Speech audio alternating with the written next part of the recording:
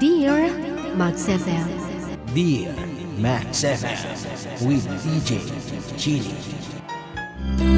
Una po sa lahat, binabati ko kayo ng magandang hapon. Ako pala si Miss Ann, taga Sarangani Province.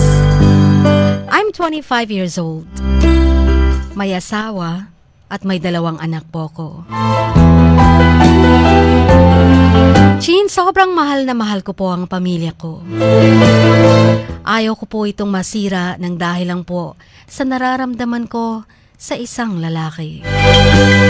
Parang hindi ko matanggap bakit ito nangyayari sa akin. For how many years po, ngayon lang ako nagkakaganito.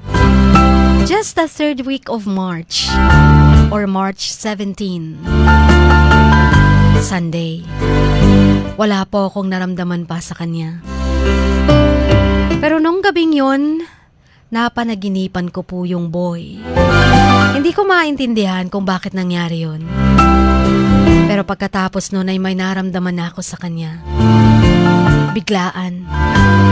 Kasi sa panaginip, minahal ko na siya. Hindi ko rin ine-expect na itong boy na nagugustuhan ko ay kapitbahay ko lamang po. Nag-aaral pa po siya sa K-12. Hindi niya alam na may nararamdaman na ako sa kanya. And then, dali-dali ko po siyang ni-add sa Facebook account niya. In-accept niya ako kaagad. And then, nag-forward ako sa kanya ng messages. Dali-dali niya naman pong na-seen at nag-react ng heart. At mas lalo akong na-in-love sa kanya, Chin. Hindi ko alam kung ano ang nangyari sa akin. Hindi ko nga alam if my girlfriend siya. At paano siya magkakagusto sa akin, may asawa na at anak na ako. Nalilito po talaga ako. Gusto ko siyang i-chat na, I love you, gusto kita.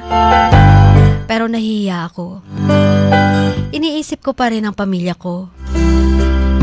Pero gusto ko sanang sabihin sa kanya kung bakit ako nagkakagusto sa'yo. And then Monday morning, para bang gusto ko palagi siyang nakikita. At masaya na ako. Nararamdaman kong mahal ko siya sa puso ko. Pero ang sabi ng isip ko, wag, mali yan. At may pamilya ka na. Chin, kawawa talagang asawa ko. Wala po siyang kamalay-malay sa mundong ito. Wala siyang kamalay-malay na ito na palang nangyayari sa akin. Gusto ko sanang sabihin sa kanya kung bakit ako nagmamahal ng iba. Samantalang andyan naman siya at binibigay niya ang lahat para sa akin.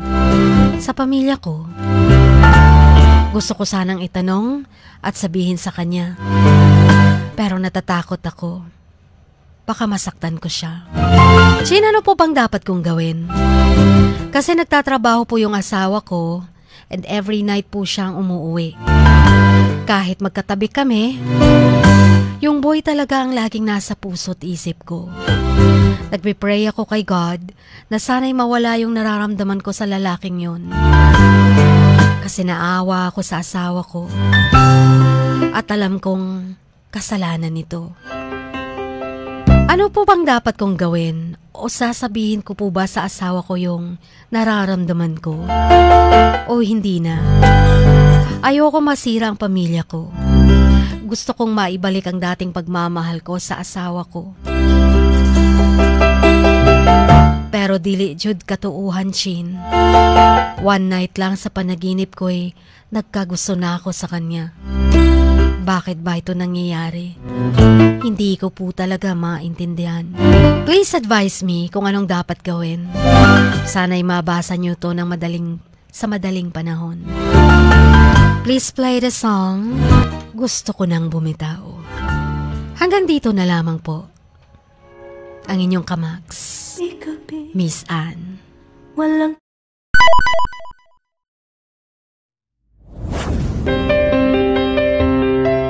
Sing like no one is listening. Love like you've never been hurt. Dance like nobody is watching, and live like it is heaven on earth. Dear Max FM.